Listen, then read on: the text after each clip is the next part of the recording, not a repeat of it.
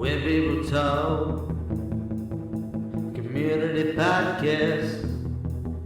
Wen People Talk, Community Podcast, yeah. Welcome to episode 4 of Wen People Talk. I believe this is the first episode we have In person, right? In person, yeah. A physical location. We're not on Zoom glitching out and losing connection. So yeah, it's pretty awesome. I think considering we're both in London and everyone normally has to do these things via webcam, it's nice that we get to sit down and actually do a When People Talk in person. Yeah, absolutely. Thank you for taking this on, Matt. I guess since you're in advertising, I feel like you do a great job of introducing yourself. I try. It's not easy. Do you want me to introduce myself? Yeah, I can do go that. for it, please. Let's do it. Okay, cool. So for those that don't know me, my name's Matthew Chuen. I am the CMO at StormX. And for those of you watching this, I assume you know what StormX is. If you don't, stormx.io. There's a lot of explanations there you can check out. But yeah, just really excited to sit down here with Hakeem, who I'm sure will introduce himself, actually. I'll let him do that. You know what? You see, this is why I'm not in advertising. I probably should have introduced myself first. Mm-hmm. So if you don't know me, I'm Gold Boy. You may have seen me around on the Discord. I created that Twitter bot that annoyingly posts on everyone's timeline every 24 hours. I'm just happy to be here in person, and happy to be running this special episode of When People Talk. It's gonna be a blast to get to know you. Yeah, for sure. And I think it's worth mentioning, we met before, actually. We met in person. So we met at the StormX London meetup. So for those that are unaware, we had a meetup in London. I can't remember when it was now. It was last year, tail end of last year. I think it might have been September, October. But we were lucky enough to meet Hakeem there at the meetup. He came down, had a couple of drinks with myself and Simon and a few other members of team. But yeah, it's cool to be in person again, man. Most of our conversation otherwise is Discord. Yeah, I still remember the first time we met, I mistakenly called you Chuen. You did, and it hurt me a little bit, Yes. and I refuse to let you live that down. I don't know why I brought that back up, but here we are. Yeah, I mean, it's all good. But that was a great meetup, though. I think it was brilliant to have the team down in London. I know it's a US-based company, so I don't know. I really did think it gave London that spark it needed. Mm-hmm. But yeah, it was great to meet you. Yeah, and I think we actually plan to do like loads more of those. It's something we want to do more frequently because we have such like a global community. Like we want people to be able to meet up and talk about the cool side of crypto cashback and everything around that. So we're looking into it. There's a lot of bigger ticket items we're trying to tick off first, but we want to get the community more engaged. And I guess that's testament to yourself and the other community ambassadors. You guys have done a really good job so far, like really owning a lot of the community side, and it's great to see. It's something we talk about internally quite often. Well, thank you. It's great to meet those guys. And I've loved working with them, and it's great to work with the team. And of course, it's absolutely brilliant to meet all the members of the community, whether it be in person at meetups or just online, just having a chat. Everyone's bringing something different to the table, and that's definitely what StormX needs and is bringing together. And I just love that. But anyways, enough about StormX. Let's get into Matt. So I guess it's the scary part. I'm sure we'll survive. I'm sure we can handle the hardcore side to you. Go for it. So yeah, I guess first question. How did you get into StormX? Why StormX? Actually, StormX kind of came towards me, not the company itself, but I wasn't really looking for a new role. I was working at another company and I was transitioning away, going to do some more consulting. And I just kind of got contacted by a recruiter who was like, you're like a good fit for this company. And I was at the time thinking about what other companies are out there. I've been working in crypto since 2016. So, I was gearing towards crypto. And then this kind of came up and I read the description of what StormX was. And in my head, the first thing I thought was, yeah, like that's how you onboard like Web 2 to Web 3. Like it's simple. Like there's nothing outside of this that's particularly too complicated. Everyone shops online. This was pre-COVID, so it was a little bit of a different environment, but everyone shopped online regardless. So got talking to, it was Simon and Alex initially, and then Calvin. And I just really loved what the company stood for. And I loved the enthusiasm of them. But to cut a long story short, yeah, it kind of was a chance meeting. But definitely everything around what the company was trying to achieve, to me, felt like the right direction to onboard people into crypto. It just felt right. And I've worked at many companies that talk about adoption, but sometimes don't make it as easy. So for me, it felt like a really cool place to start. That's brilliant. That's glorious. And you've been with StormX how long? Coming up to 2 years now. Yeah. Yeah. Oh, what would you say is your favorite part about being StormX now? Like, is there a favorite moment, or is it an ongoing benefit for you that you quite like? You know, it's working with a team of people who are passionate. Like, it sounds like I'm just saying this for the sake of it, but genuinely, like, everyone we work with are super passionate. It's like, obviously you've spoken to a lot of the team actually in your time. Everyone there is very much centered on what they want to do in the industry. It's very much, we want to drive mass adoption. And everyone's super cool. Everyone's really nice. And I think that's one of the main things that I enjoy about the company. Outside of that, it's just a great place to work with everyone that's there. And for me, like, the achievement side is, when I joined, the company was super small, agile company, growing, but, you know, staggering its way and making its name. And now I look back and our company's like 3 or 4x since then. And it's amazing to see all these new people with the same enthusiasm coming through who are driving that as well. And it's just cool. I get really excited by it. I know it sounds kind of strange, but even within my team, like, everyone that I've hired, I couldn't praise enough. They're all great people, diligent, hardworking, and it's just really nice to see people who all have the same kind of drive in one place, just going for it. It's cool.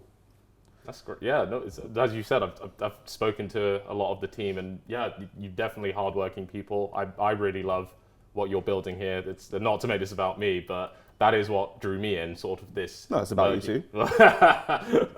Yeah, this merging of crypto and the real world, and providing a use case. And I know it's very cliche to say, everyone's saying my project's got a use case, but I mean, I only really got involved with StormX last year, and it's vastly clear to see how much StormX has grown. And that, you know, and I know there's a lot that's about to come, and I'm really looking forward to see what it is. I know you guys, you're working hard. You know, it's obvious to see this, and yeah, it's going to be brilliant to see what comes of it. I can't wait in a couple of years where StormX is a lot more mainstream, especially in Europe. Can't wait for that. Hey, Can't wait for that. Honestly, I know I'm with you there as well. Like, as a team, you know, we were founded in North America. So North America was the first market we wanted to grow, obviously, and that has been the focus. But yeah, there's a lot of opportunities outside of North America, ones that we're actively looking into and are very happy to drive. And personally, from a personal kind of selfish standpoint, you know, I want more things to do in like the UK that I can shop with. I'm already finding loads of things I didn't know existed in the UK, which is kind of cool. I'm also probably driven by the crypto cashback more than the retailer, but you know, it is what it is. But yeah, definitely some cool things to come. Right. Well, to keep this from being a StormX based talk, let's move on to you. So I wanted to ask you a few questions. Okay. Very British based questions. Perfect. What's your take on the British National History Museum? Oh no, I can't do this on air. Like, it's the first place that I ever experienced physically seeing like the Rosetta Stone, and for me, that's the British Museum. Yeah, that's the right one. Yeah. Yeah. Seeing the Rosetta Stone, and for me that was amazing because I grew up being super into like ancient history. I loved Egyptian history, like Greek, Roman, and I found that super amazing. And the Rosetta Stone brings like all of that together and help translate a bunch of languages, which is awesome. Also is definitely a home to a lot of stolen goods. But, you know, I think it's a really cool place to go. And I think if anyone who hasn't been to London, or anyone who's come into London hasn't been there or hasn't thought about it, should definitely do it. There's so many cool things to see. But yeah, what about you? What do you think of it? Oh no. It's all right. Opposite side of me, really? Well, I mean, I've never been there. You've never been? I know it's a British national treasure, but I don't know. I just haven't been there. I couldn't give you my thought. It All right. looks nice from the outside. It's Oh, you've put me on the spot. I'll It tell is you meant what. to be I'll tell you about what. you. No, it's fine. I'm going to put you on the spot. That's what I do. I've got to do best. I think if we can get enough likes on this video, we got to get you to the British Museum. All right. You know, if we get at least 50 likes on this video, I will 50? go to the. 50. Okay, 50 is an easy target, guys. I know. I'm kind of short selling. So now we've got Hakeem going to the British Museum for sure. I will go to the British Museum if we get 50 likes, and Yeah. I'll take a picture by my favourite exhibit. There we go. I'm in. I'm ready for it. Right, we've set that up. That's in stone. Next question. What's your take on the London Eye? Do you know, this is what, I'm going to follow suit with you actually. I've never been. You've never been on the London. Never been on the London Eye. That's nuts to me. Like, I mean, did you grow up in London? I did. Yeah, so did I. And Yeah. I've seen all of London. You're making it worse for yourself. Yeah, I just never needed to go on the London Eye. When it first opened, it was definitely like a tourist attraction. So for me, my first thoughts, and I was quite young, so my first thoughts were like, there's no need for me. And as I've got older, nothing about it has ever like attracted me to it. It's a really cool thing to go and see if you're not from London, because you get to look over the skyline of London, you get to see some cool views. But I've seen it all, so I don't really need to. You know, like it's not my first priority. It's a cool thing. I think it might be is it the biggest Ferris wheel in Europe? I believe so. Someone might need to fact check. Someone might need to fact check that. I'm not entirely sure that's correct, but I think it is. All right, fair play. Next question. What's your favourite train station? That's a really random one. Yeah, but it's a British question. It is. I honestly, you're Well, throwing me off there. That's something I wasn't prepared for. I don't know. Whichever one is the most timely. No, I don't know. Probably Wembley Park. And hear me out here. Go on. So I grew up in Wembley, and I spent a lot of my time skating around that area. So I used to know we'd go for skates. We'd skate around Wembley Arena, around the stadium, and then we'll get bored and be like, well, let's move to the next spot. And Wembley Park was our go-to gateway to go to other skate spots and skate around London. We're harking back a long time. Outside of that, I really don't know. I really absolutely hate King's Cross though. Why? It's just too many people, and that little Harry Potter section, it's just full of people crowding around taking photos. And if anyone knows anything about London, it's that we don't like to be stuck in queues. We want to just walk, and I don't want to be stuck behind people. But that sounds somewhat egotistical, but you know. I'm not gonna lie, you've spoiled my next question. It was gonna be, what's the longest you've spent in a queue? Oh man, so long. An interesting question would be how many times, what's the longest you spent in a queue that was the wrong queue? Ooh, Because I've done that before. you've taken it up a notch there. Yeah, I think it's inherent that every British person just forms a queue. And I was at a festival and I thought I was in the queue for the bar. Turned out I was in the queue to the medical tent. So the two were next to each other, weirdly placed. And I got to the front towards the front, and I realized this isn't the bar. And I had to go back and queue up for the bar. But I don't know, countless hours of my life have been spent queuing. Countless. How about you? What's the longest you've spent? Oof, that is a question. Longest I've spent in a queue, probably be when I was a kid at Disneyland. They have massive queues, and I think it's not in England, so it kind of feels like I'm cheating here. I think it counts as cheating, yeah. It does, yeah. But I think we spent three hours in a queue once. That sounds about right. It didn't. Yeah, I don't think it didn't really bother us until about the last 30 minutes when I think it just started to get to us, and we were just like, what are we doing in this queue for so long? I think everyone around us got irritated more quickly, but it was probably because they weren't Londoners. They weren't, they didn't embrace the queuing. This was a foreign concept Yeah. to them. Whereas me, I can stand in a place for hours on end, and I will not peep a word. No, it's so true. It's weird, isn't it? Like I know, like for everyone who's listening or watching, these are definitely Britishisms, but it's something we're good at. Like it's something we're inherently good at, and I think from a young age you're used to it. So I'm assuming in school, like at the end of the year, they took you to Thorpe Park. Oh yeah. So if everyone doesn't know, Thorpe Park is like a theme park in the UK, like just outside of London. For those in the US, not quite on your level, but its queues were crazy, and every school went there, like at the end of the year. So you'd always go at the end of the year, and you see a bunch of other schools turning up in their like vans, and everyone will go, and you spend so long queuing. But everyone will queue fine. Even as kids, even though you're anxious, and like, not anxious, probably like, what's what I'm looking for? Eager to get on the rides, you still stand in queue. So it's built in. Just to put out, if you were at school and you didn't go to Fort Park, you were known as the freak, the outcast. All your friends would be up there partying on the water slide, and you'd just be at school, like, I don't know, in reading a book or something. It really was tragic if you didn't go. Yeah, shout out to everyone who didn't get a permission slip. Yeah. So I guess last question to get us off the London only segment. If you did have a friend come to London, besides the British Museum, where would you take them? Like they've never been to London before.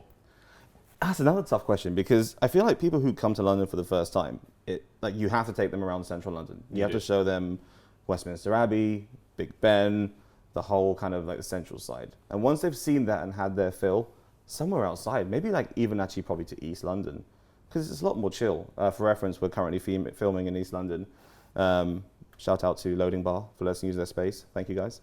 Yeah, so I would probably say East London. It's kind of quirky, it's vibrant. For our friends abroad, think Brooklyn, think if you're in, say, Miami, Wynwood, that kind of feel.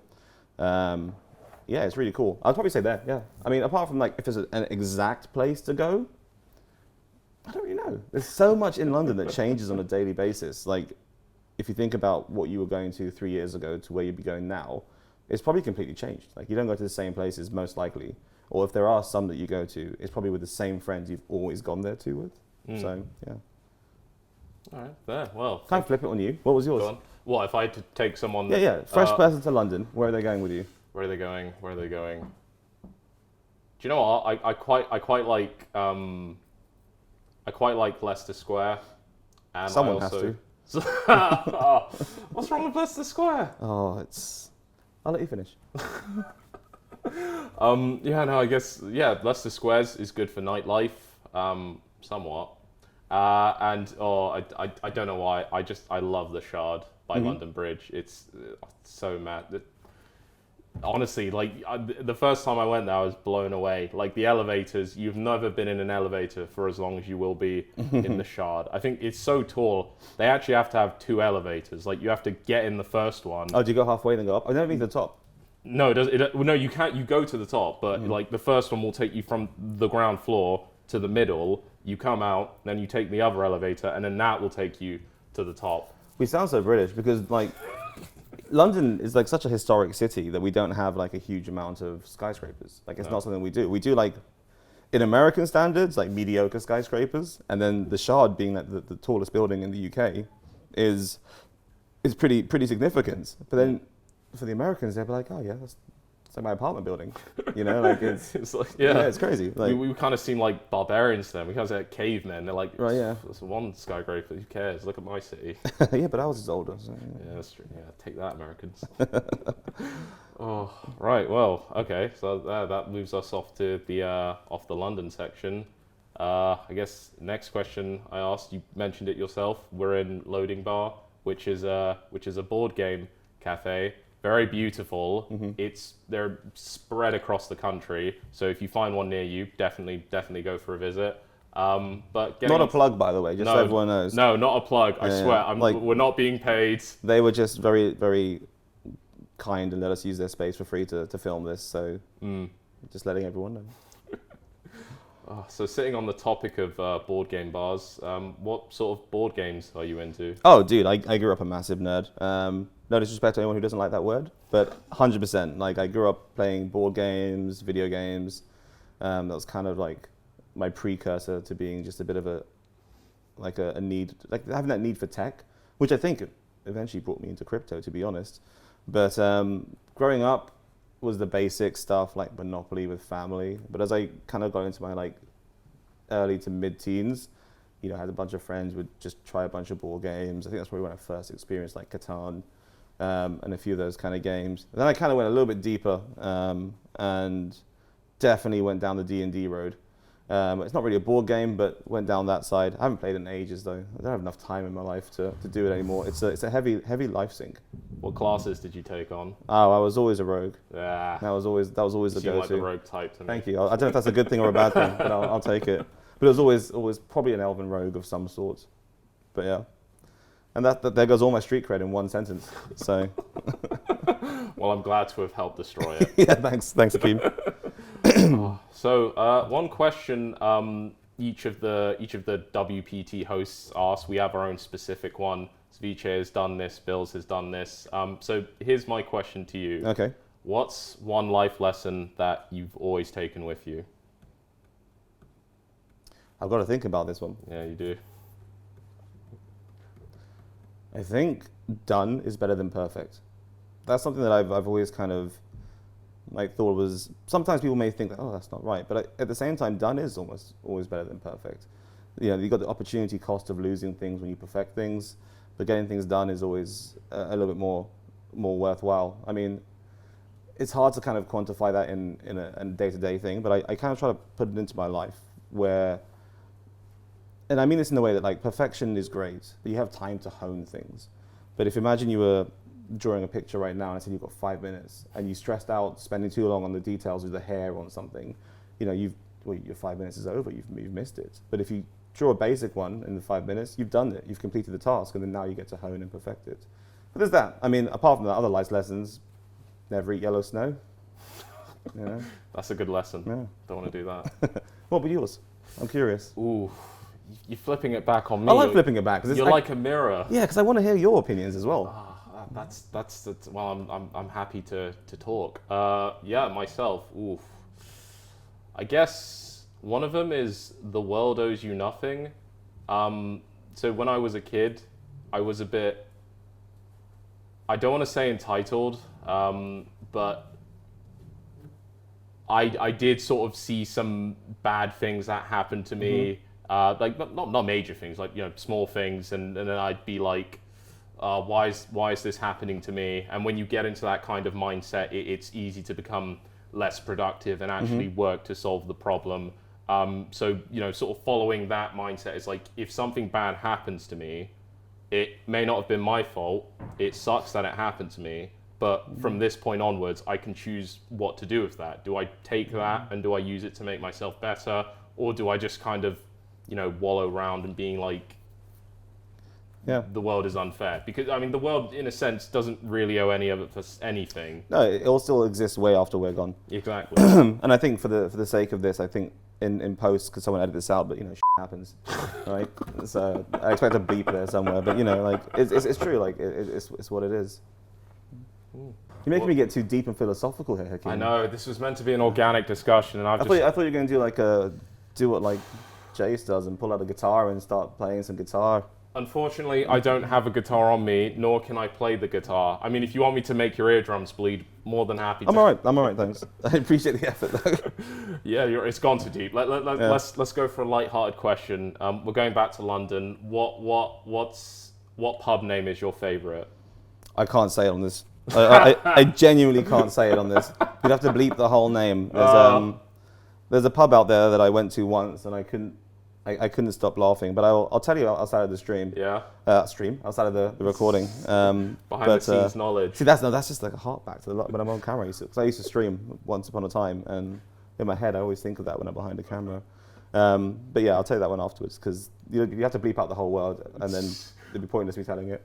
I think that just speaks to your character and the kind of places you hang out. For reference, Will, who's behind the camera right now, is egging me on to say the name, which I won't be doing.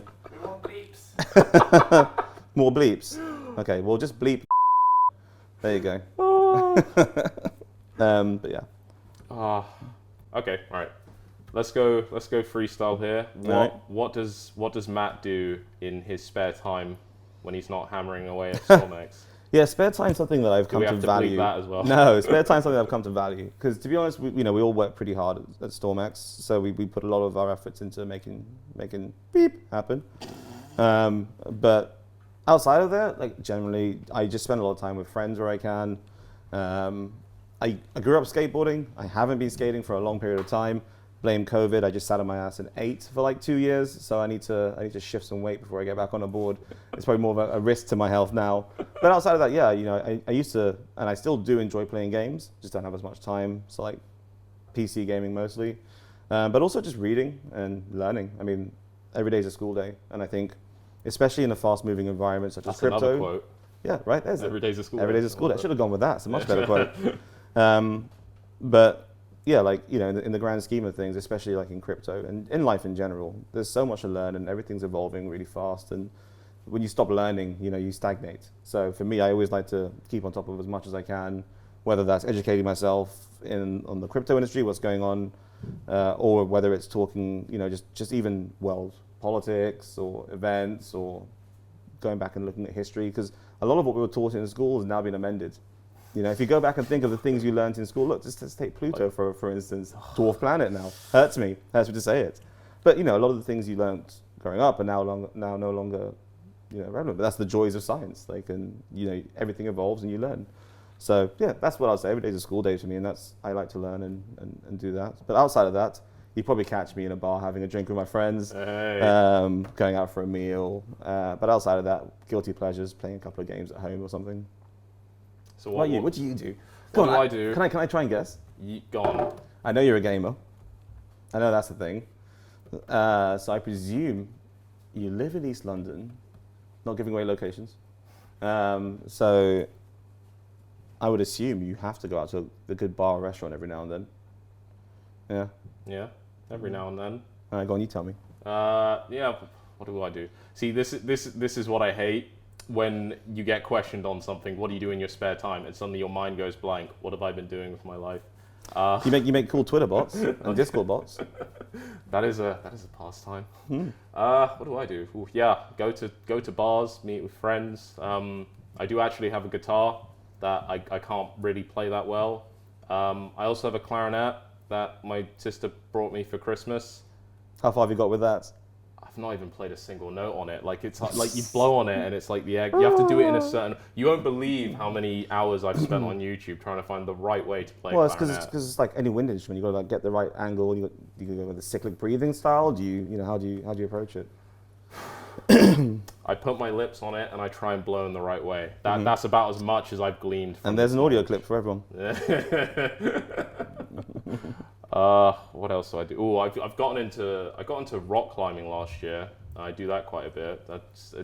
Honestly, I love it because I will do these things where I go to the gym every now and again, but it'll sort of be this like bout of going, and then I'll get bored of it, and then I could be inactive for months. But I think rock climbing is the first activity I've found that really works you out and that I really enjoy. It's awesome. I used to go rock climbing quite a lot. Really? But yeah, and actually, not to put you off, my friend literally 2 months ago had a fall while rock climbing. You meant to land on your back, right? Yeah. She landed on her foot and snapped all 3 bones in her foot. She's now in a cast, but for a good couple of days. Thanks, Matt. You're welcome. Her foot was technically disconnected from the rest of her leg because it was all 3 bones were broken. Ooh. But I'm sure you'll be fine. Yeah. But I used to have a PT actually, and talking about the gym, and I just got too busy, and I ended up traveling a lot for work, and then as a nature of that, I just had to kind of quit. And I still see him because it's near where I live, and he sees me on the street. He's like, "You coming back, Matthew?" I'm like, "Yeah, man." Tries to shame you. Makes me feel so guilty. He saw me in the pub once, and he made an effort to come over from his table to meet with my friends, and was like, "I haven't seen you at the gym," and I'm like, "No." Oh, hey man, thanks. He didn't say that. Yeah, he did. He walked over to you, on my table with my friends. Oh. And I was like, cheers, man. But in also fairness, he mugged you off in front of your friends. Good salesman. Yeah, brilliant. Good salesman. Yeah. He's embarrassed me now. I must go back, and he's got business. So it's probably worked for his other clients. Yeah. He's just a good salesman. So let me ask you a question. Can I ask you a question? Well, I mean, you've already done it for this whole interview. I have. I'm sorry. I know you meant to. Hey, it's when people talk, and we're people, and we're talking, right? True. So let me flip it on you. So we're sitting here now having this conversation. How do you think the other ambassadors who have done theirs will feel about maybe a slight increase in video quality and production value on this? Do you think we've got any worries here? They're going to come for us? I mean, what are they going to do? Play us in poker and take all our money? That's possibly an option. I mean, yeah, it's an option. That's possibly an option. I've played with Jace a few times. He's nuts. He's not bad. I've played poker with them, and I think I went bust about 5 times. Literally, poker is not my game. We should do more community poker games. We should. I really enjoy them, and I've had the pleasure of playing with like both Jason, John, or SVCE and SP pays my bills. And they're really fun to play with. I've yet to play with you, Hakeem, I don't think. Have we played? Maybe ages ago? I don't think we have. I don't think we have, no. I don't think we have. No, I think it's just... I think we should do which that. is very strange, because everyone else is on US time. We're on the same time zone. If anything, we should be playing on the same table. The thing is, I remember, for reference as well, we're not playing for money, we're just playing for the fun of hanging out. But so when I say I've gone bust 5 times, I'm not broke, I promise. No, but what's been interesting is it's always in the US time zone. So we've got to organise some European time zone ones. I'm sure people will be interested in that. Come on, we need the British brothers need to rise. We need to got to rep rally. it. We'll rep it. We'll rep for the EU. I just realised I didn't really answer your question. That's fine. Earlier on. I think they'll be fine. I did give them a little heads up, and they seem to give me the nod of approval. So I'm happy with that. Well, honestly, I know I mentioned it earlier, but I really enjoy working with them. You know, they're brilliant. I honestly think you guys picked the right guys with those guys, not to make. I feel like you're meant to say that, right? I feel like this is, if you were here and you went, well, these guys, bad choices. No, but I agree with you. They're the worst. No, I definitely agree with you. No, they've both brought, very creative ideas to the table. I don't think, I've got to give them credit. I think we wouldn't have a lot of the ideas we do now. We wouldn't be sitting here having this conversation if it wasn't for them. This is true. So, honestly, you guys picked well. Yeah, I think everyone that's been on the team, like for the community ambassadors, has been great. They were all absolutely genuine, honest people, including yourself, obviously. And you're all just really cool to work with. And it was cool to meet Jason, John, when I met up with them at the poker tournament, the StormX Invitational. And it's always interesting to meet people who you've spoken to online. You're like, are they going to be cool? Unfortunately, they were cool, because I would have been much more fun to be going, give a good story. Yeah, they're not nice people, but they're lovely. So no, it's really cool. But yeah, I'm sure that they won't mind us having a bit more production value on this. If anything, now the ante's been upped, guys. So let's see what you got. Actually, that was a good. How was the poker tournament? Brutally nerve-wracking. I saw you talking a big game beforehand, but I came in pretty well. I only had one goal, which was, sorry Simon, just a place higher than Simon. But in his defense, he did phenomenal. Like, we were meant to be sat on the same table, the feature table, with like Maria and Tom Dwan and a few people, and I literally was like, nope, don't put me up there, because it was a very, very hard table to play with from the off. And I thought, well, do you know what? I'm gonna just completely not do that. I want to play the long game. So I went and wiped out another table. But I definitely talked a big game, but I was also trying to dumb it down a little bit so I didn't have to sound like I knew what I was doing in case I didn't. But no, it's all right. I think I came 18th, which was not bad, yeah, it wasn't bad. which I was pretty happy with. Annoyingly, by the time they did move me to the feature table, the table I was on previously had almost wiped me out. I was playing with Daniel Din, the co-founder of TSM, and he was on fire, and he was just taking all my chips, and I was like, oh no. So when I got to the feature table and sat down like next to Phil, which in itself is nerve-wracking. Like, Phil Hellmuth's a massive name in poker. Also, he's just really tall. Like, he's a towering stature of a man. And we sat down, and I sat down, I looked at my chips, and I saw how everyone was betting, everyone's chip stack, and I was like, well, I'll be here for one hand. So I think I played 2 hands, had like some pocket aces, which I thought I could come through with. Didn't work out. I left, breathed a sigh of relief, and then watched the rest of it. Because it was about 5 hours sitting at these tables, which went by really fast. But it was really fun, and I'm really glad we did the event. It was pretty cool. We're doing another one, obviously, which I can't wait to talk more about, but that's not for this time. It's not for this time, but yeah. Yeah, well, I'm sure it's going to be even bigger than this event, but yeah. So I mean, it sounds like, have you always been a poker player? It sounds like yeah, kind of. Yeah, I played away from that when people were asking. It's like, I played a little bit back in the past. I used to play like a bunch of pub tournaments when I was 18 to like 21. So I was no stranger, but I stopped playing for ages. but I still had that little bit of background. Mm. Probably not as much as some of the other guys there, but enough to have set me up to be able to play. And I still play with my friends on occasional like poker nights, but that's like for like £10 and just bragging rights, you know. That's all we do. Oh, fair play, fair play. Do you know what? I've got an idea. Mm-hmm. So I want to ask you this. So we've had a bunch of people talk to you guys already for When People Talk. Who do you think should be next? Who do you think in the StormX team you think would be good to see on the next When People Talk? Ooh, that's a very good question. Ooh. I think Calvin would be interesting. I think he's done a lot for StormX, but I don't feel as if he has as much of a public persona as you guys. He'll definitely. I tell you, he's a really fun person to speak to. Yeah, I think he'd really enjoy that. Yeah. He's a very technical guy. Like he's super smart. So I think he'd have a good time conversing, even like outside of like, you know, not talking about StormX for once for him, you know, because although it's maybe not so much on camera, it is his life. Like, you know, he built the first iteration of the app. You know, it fundamentally to him will always be his baby, right? So I think talking to him about something else outside of that, I tell you what you could do if you speak to him, or at least anyone who speaks to him, talking about photography. He's got really good photography. Yeah, really good.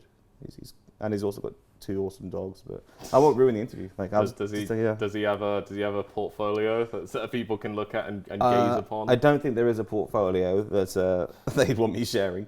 You're just saying that so we don't turn it into NFTs. Or you may be able to. I guess as long as you give Calvin a cut, it's fine. I don't think he'll mind. But yeah. Oh, right. Well, I'm going to flip that back on you now. I'm the mirror. Who would you like to see on the next? And you can't say Calvin. I think it'd be really interesting to see perhaps someone that people don't speak to as often. Maybe like someone who's under the radar a little bit. I guess like Veronica does quite a lot on social, but no one ever really gets a chance to speak to her. It'd be cool to see someone like Veronica. You know, these people help the company tick over. Like without them, you know, where are we? Yeah, like they are vital parts of the team as well. Even some of the customer care team, like they at the front line at all times. You know, they see everything that's going on. They're the first people to respond when people, you know, email in. They're really cool people as well. That's Sheila and Annalyn, and you know, the team's growing. We've actually just hired someone called Zainab, who's awesome. Comes from a background at Robin Hood, really good at that kind of stuff. But I think someone maybe like that's not overtly obvious. I think, you know, I think these people deserve a lot of props and a lot of recognition. So it'd be good to see someone there. Yeah. True, they do handle a lot. They got a lot to take. There's a lot of people that I could choose from. I won't choose from one of them, but maybe we'll get a poll going or something. Yeah, definitely. Well, we've got 2 prime choices up there, along with a lot of others, but we'll be having more episodes, so you know, looking forward to see that. But yeah. Anyways, I think we'll wrap it up there. Thank you very much, Matt, for taking the time to thanks. talk to us and sharing us more about you. Yeah. And we look forward to seeing what comes out of StormX next. Yeah, awesome. Thanks. And I think what we're going to say now is pint. Yeah. I think I was going to suggest we you know, kind of go cheers. I finished mine. I unfortunately finished. I mean, I didn't have one. But yeah. Convincing. Cool. Yeah. Thanks, man. Right. Cheers, man. Yeah, pleasure, man. Cheers.